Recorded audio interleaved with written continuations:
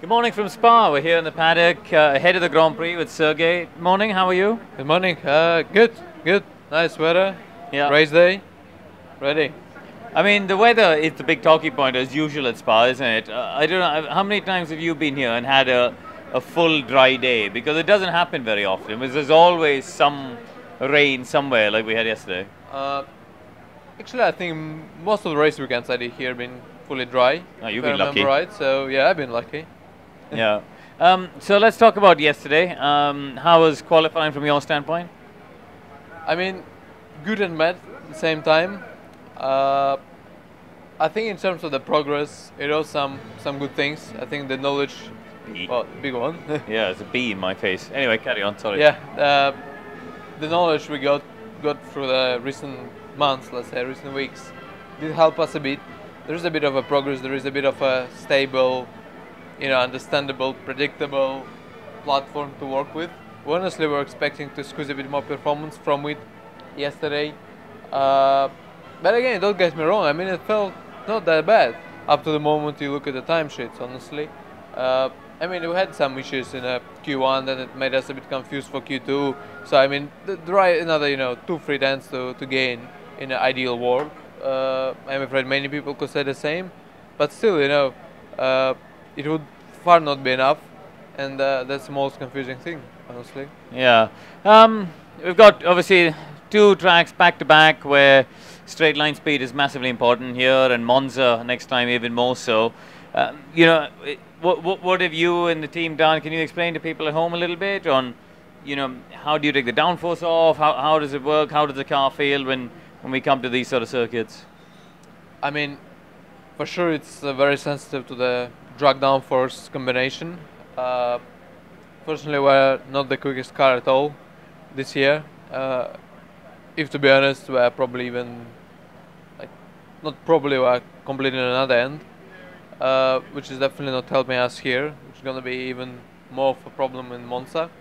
And it's a difficult compromise, honestly, between, not to still be in a reasonable working window with the downforce to get in the car, but to reduce a lot of drag, as much drag as we can.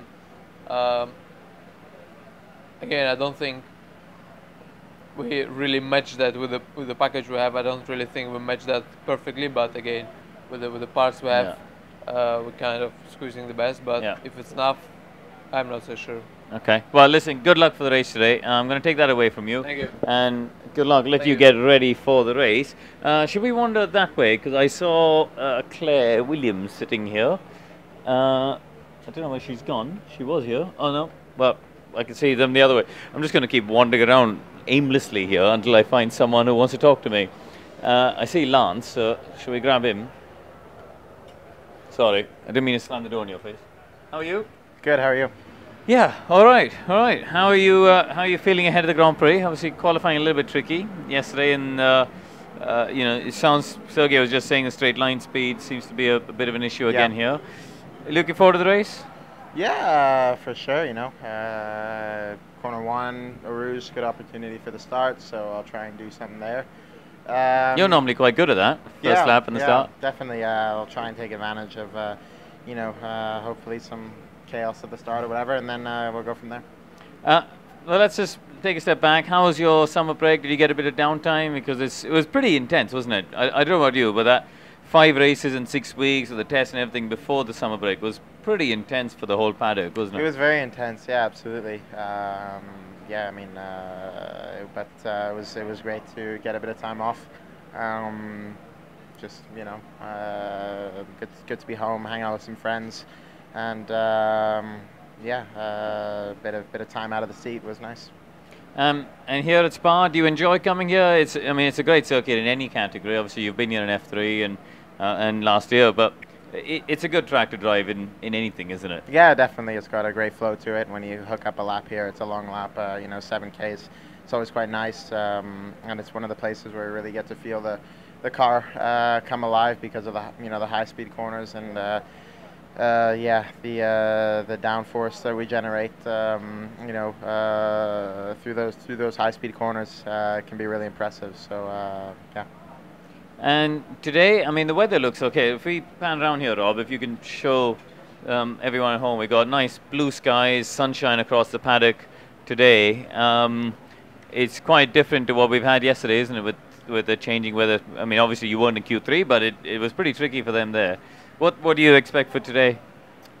Well, I expect a sunny day. Okay. Looking at the forecast, it doesn't say there's going to be any rain, but you know, just like every other race, we have a job to do, and you know, hopefully a few things can happen. Hopefully there will be a rain cloud or something that could show up. That would be nice, and yeah, we could you know, do some. Okay, listen, I'm going to grab that off you. Good luck for the race today. I'm trying to see. I believe Claire was around. I was going to see if we can say hello to her. Don't know if she is around. Maybe. Yes. Yeah, she's coming in a second. We'll go back out because there's lots of people chatting away there. Let's have a look across the paddock here. You can see we got Ferrari across the road, Mercedes, neighbours next door. Hello. Hello. How are you? I'm good. I'm sorry. I just thought we'll pull you. No, I thought we'll pull you out because keep you waiting. Lots of people having lunch and stuff in there. So it's I know it's a bit and busy. the sun's out. And yeah, for the first time, it's been so cold here. I needed my thermal underwear, and I forgot it. So yeah, it's not very Indian weather. This is. I have been freezing. No, this is quite a shock when we've been in heat wave zone for the past 3 weeks on holiday, and then you come here, and it's like, what is going on? Yeah. But anyway, it's lovely Spa, and we're pleased to be here. Yeah, I was going to say it's quite. I mean, Lance and Sergey were both talking about the weather today. It looks like it's going to be a sunny race, which is extraordinary for Spa. There's always a sprinkling of rain at some point, isn't there? I know, like we had yesterday, and you know, Lance does brilliantly in the wet, and for us as well, it could shake things up a bit. And but you never know here, so it looks nice now, but who knows what it's going to do come 3 o'clock, 10 past 3. We've had the summer break, Claire. Obviously, last time we spoke was Budapest, or the people on Facebook saw you was Budapest. You know, how's the summer break gone for the team? I mean, everybody up and down the paddock is gearing towards 2019, aren't they? So maybe it's a good chance to explain to people, just because you're all juggling. What do you do for this year versus next year now, aren't you? Yeah, you know, and for us, I suppose that's more defined for a number of reasons. So, you know, clearly we've got, as Williams, we would never take our attention away completely from a season when we're still racing in it.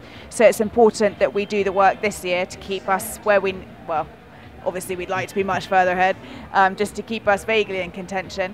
But for us now, I suppose it's much more about a learning curve to take us into 2019. So it's about making sure that we're continuing bringing the upgrades that we need to keep our performance level where we want it to be, but bringing, I suppose, experimental parts to the car to see whether they work for next year's car. But then also, when I talk about a learning process, making sure that we're correcting any of the procedural mistakes that we've been making, any of the weak areas across the race team, but back at the factory as well. So that's the work that's been going on, and you know, everyone just sees the racetrack and our performance there, and still seeing Williams third, you know, 3 seconds off the pace. But I can assure everyone so much work is being done that it would take me hours to explain the work that we're really doing to leave no stone unturned to turn things around for next year. And I feel really positive. We're cautiously optimistic, I suppose, but positive about the work that we're doing to turn things around. Well, you'll be pleased to hear. I mean, I walked over from the TV compound, which, Rob, if you pan over, we got a lower paddock down here. We got the upper paddock where you could see the engineering offices and the driver's room, and the TV compound's the other side. And there was plenty of people in Williams shirts, actually. So there's still a lot of fans have come over from the UK and nice. wandering around. And good. You know, there's a lot of people saying, "Go on, get them to move up." And when I was on holiday at the airport, I was just with the family, and I'm there, and I'm going through the security control, and a gentleman came up to me and he said, "Claire, I'm so sorry you've had such an awful year, but we're all behind you. Go for it."